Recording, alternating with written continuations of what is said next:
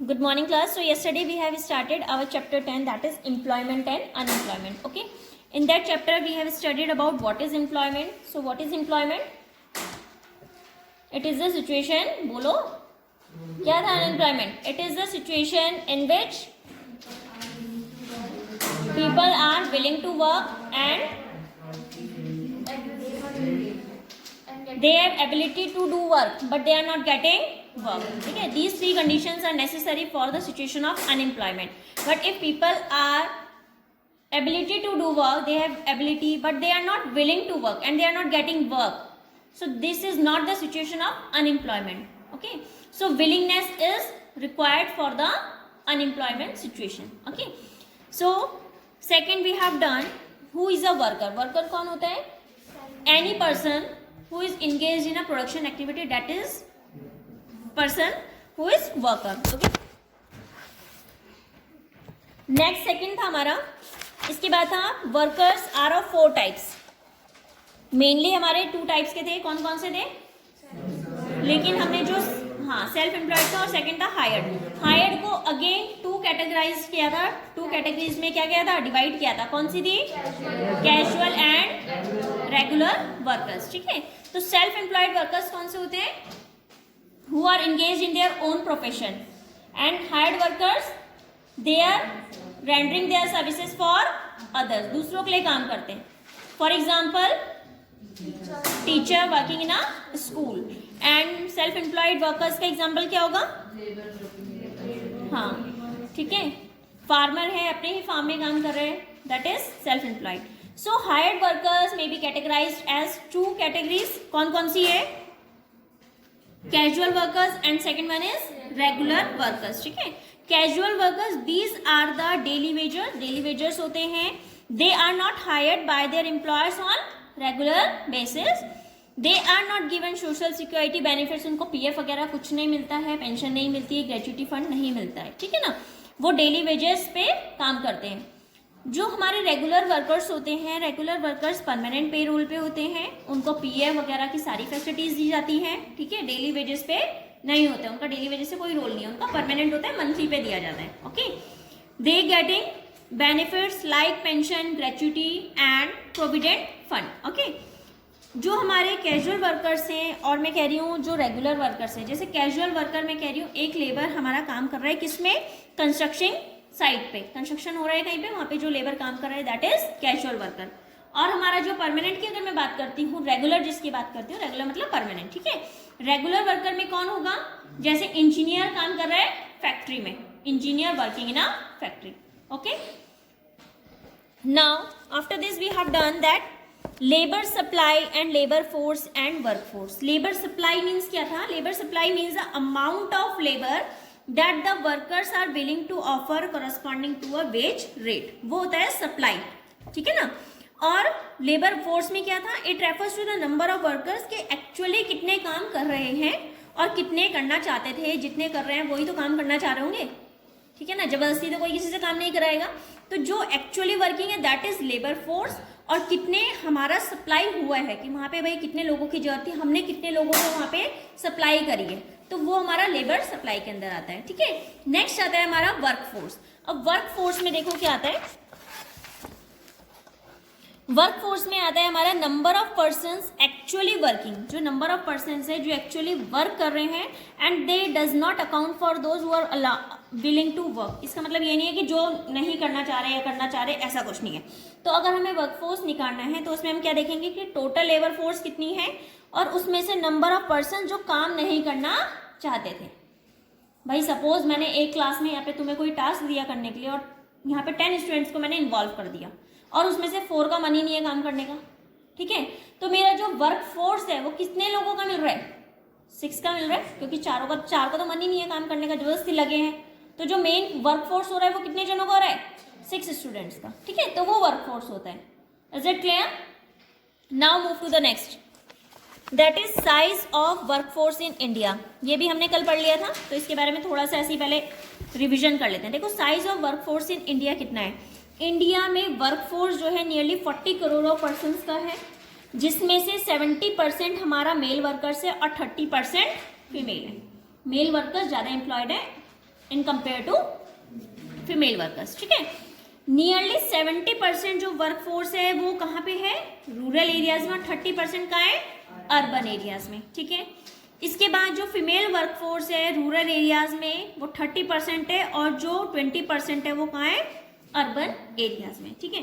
तो अगर देखो इसमें जो हमारा मेन हमने इसमें ऑब्जर्व किया वो क्या किया कि फीमेल वर्कर्स हर फील्ड में कम है, चाहे वो रूरल की बात करें चाहे वो अर्बन की बात करें, ठीक है, मेल से हमेशा कम है। ऐसा क्यों है, क्यों जो है फीमेल्स ज्यादा वर्किंग नहीं होती है, what can be the reason, क्या हो सकता है रीजन? हाँ, सबसे पहले कि उनके एक तो कई लोगों की रूरल एरियाज में ये थिंकिंग होती है, वो ये लोग सोचते हैं कि लड़कियों को ज़्यादा नहीं पढ़ाना है, सिर्फ अगर घर के काम सिखाना है लड़की को और उसकी शादी कर देनी है। तो जब पढ़ेंगे ही नहीं, जब एजुकेशन ही नहीं है, तो विदाउट एजुकेशन नो जॉब, कोई जॉब ही नहीं है, ठीक है ना। और कुछ होता है फैमिली डिसीजंस, उनके डिसीजंस होते हैं रिगार्डिंग वुमेन्स, जो डिसीजंस होते हैं वो कौन लेता है, उनकी फैमिली, ठीक है। बहुत कम होते हैं जो अपने पे डिपेंड होकर अपने डिसीजंस लेते हैं, वरना अदरवाइज कौन लेता है, फैमिली लेती है, ठीक है। इस वजह से जो रेशियो होता है हमारा वुमेन का एज कम्पेयर टू मैन वो लो है, चाहे वो किसी भी फील्ड की बात करें, एजुकेशन की बात करें, जॉब की बात करें, किसी भी फील्ड में बात करें, ठीक है। नाउ इसके बाद हमारा नेक्स्ट आता है rate of participation in India. तो ये हमारा जो न्यू टॉपिक है ये है rate of participation in India.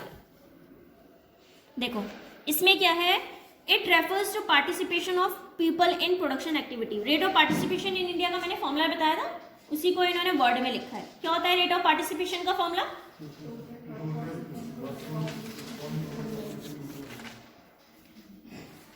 Workforce upon total population into 100, ठीक है ना, कितना वर्कफोर्स है upon total population into 100। This is the formula for calculating rate of participation in India. Okay, so rate of participation for the urban areas is about 43.5% in 2015 to 16। जो 2015 और 16 की study हुई है उसमें ये दिखा है कि अर्बन एरियाज में जो पार्टिसिपेशन का रेट है वो कितना था, 43.5%, and in urban areas, rural areas में कितना था, 53%, यानी कि रूरल एरियाज में ज्यादा था, अर्बन में कम था। According to this, now in urban areas the rate of participation is about 69% for man and 16.2% for women. Same देखो, मैन के लिए 69% था और 16.2 कहाँ किसके लिए था, वुमेन के लिए, ठीक है। रूरल एरियाज में जो रेट ऑफ पार्टिसिपेशन का मैन का वो कितना था, 77.3, और वुमेन का कितना था, 26.7। चाहे अर्बन एरिया की बात करें चाहे रूरल एरिया की बात करें, हर जगह पे जो रेट ऑफ पार्टिसिपेशन है वुमेन का वो कम ही है, ठीक है। सो इन ऑब्जर्वेशन से हमने क्या देखा है कि हाई डिपेंडेंसी रेशियो है। High dependency ratio means overall जो रेट ऑफ पार्टिसिपेशन है कंट्री का वो ज़्यादा हाई नहीं है, मतलब बहुत कम लोग एम्प्लॉयड हैं। अकॉर्डिंग टू दिस यही पता चला है ना।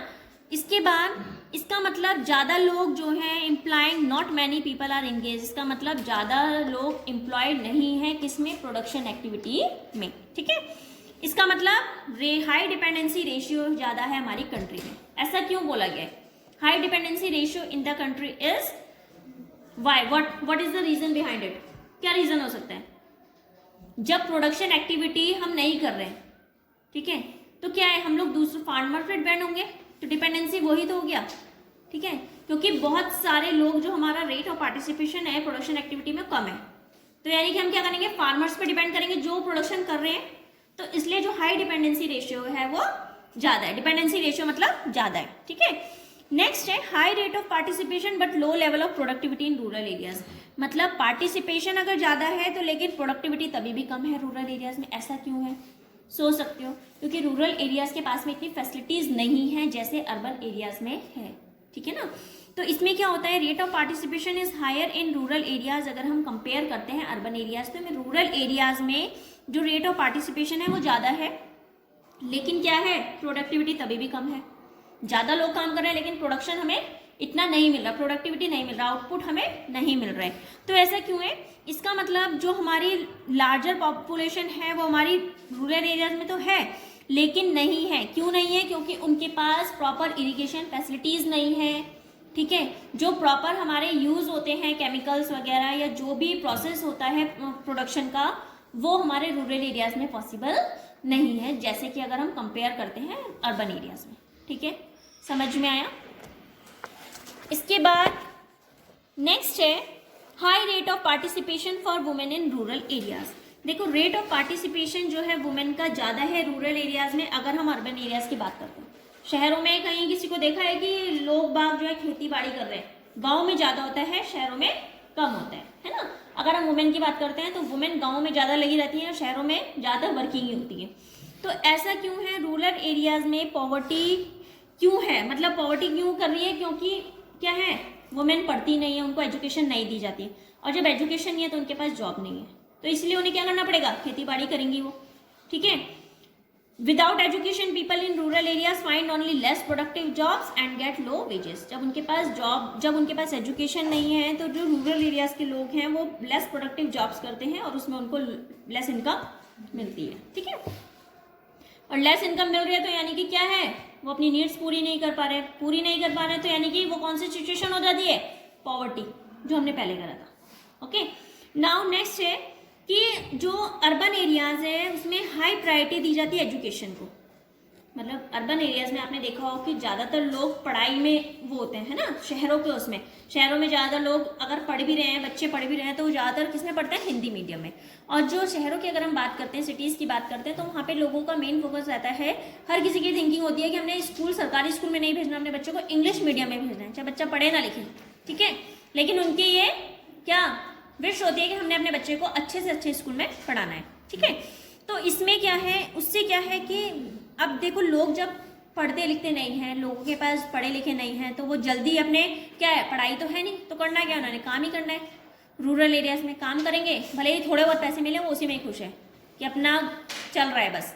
ठीक है, लेकिन अर्बन एरियाज में क्या है, मेन प्रायोरिटी रहती है, नहीं भाई मैंने डिग्री भी करनी है, बीकॉम करना है, बीए करना है, एमबीए करना है, जो भी करना है, पहले पूरी डिग्री लेनी है, उसके बाद जॉब करना है, तो उसके अकॉर्डिंग उनको सैलरी भी अच्छी मिलती है। ठीक है, तो उसके अकॉर्डिंग उनको सैलरी भी क्या होती है, अच्छी मिलती है, अकॉर्डिंग टू एजुकेशन सैलरी भी अच्छी है, इनकम अच्छी है। ठीक है, तो उससे जो पॉवर्टी का लेवल है वो वहाँ पे कम रहता है अर्बन एरियाज में as compare to rural areas. यहाँ तक सबको क्लियर है।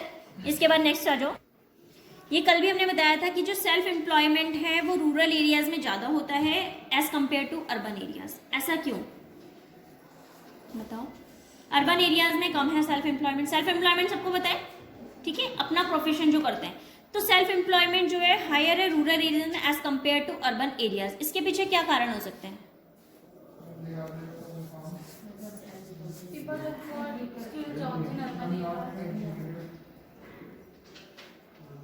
देखो अर्बन एरियाज में लोग क्या सोचते हैं कि प्रोडक्शन एक्टिविटी को ना करके स्किल्ड जॉब चाहिए उन्हें, बिल्कुल बैठे बैठाए की जॉब चाहिए, ऑफिस में बैठ के जॉब करें, बढ़िया सी जॉब चाहिए जिसमें उनकी रेपुटेशन भी बनी रहे।